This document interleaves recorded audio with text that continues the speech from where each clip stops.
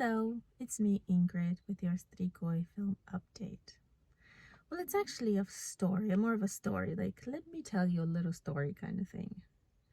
Yesterday, I get a message on Facebook from my friend Joe, and it's a video of a clip from Bela Lugosi's Dracula, and he says, "Your friends and relatives?"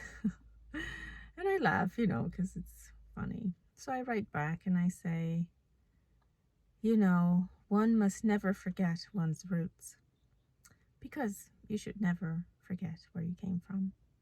And that's part of Strigoi, is for me remembering where I came from alongside the stories that have so intrigued many, many people, including myself. So let me get to the story. Last night, I go to bed.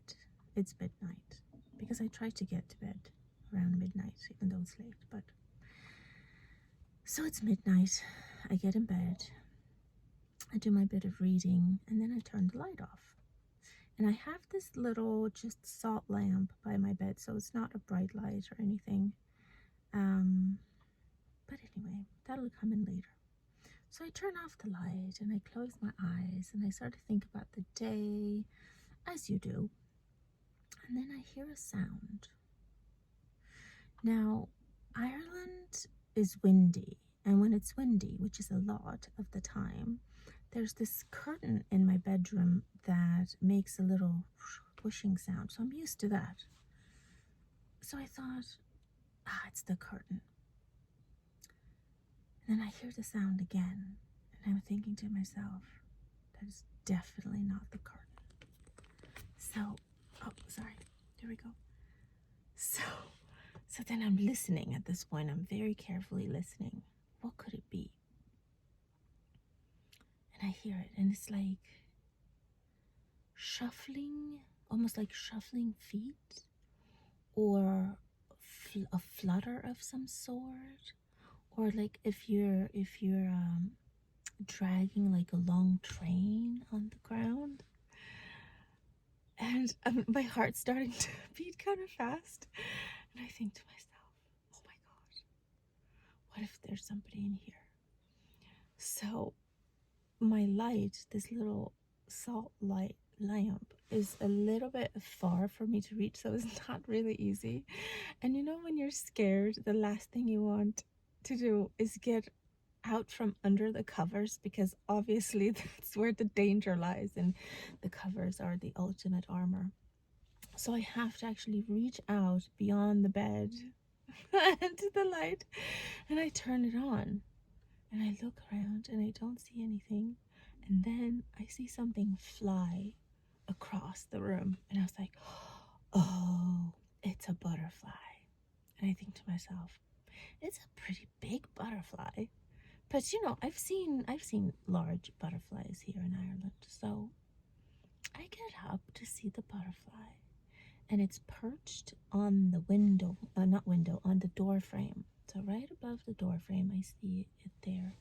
And I go and look, and I get closer, and it's not a butterfly, it's a bat. I don't know how he got in there, because the windows weren't open, the door wasn't open, but somehow, on the day that my friend Joe sends me a video about Dracula, there's a bat in my bedroom. So I do what anyone with any brains would do. I scream. And then I'm just delighted that there's a bat in my room. My heart's beating fast. And I'm thinking, okay, what do I do? What do I do? So I open the windows. Well, first, I run out of the room. Then I go back into the room and make a plan.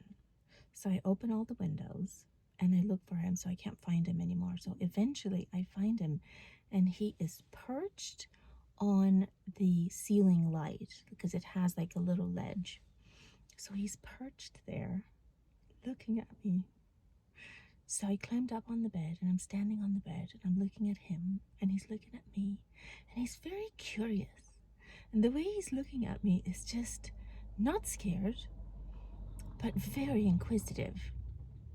And I look at him, he looks at me, and I'm thinking, what do I do?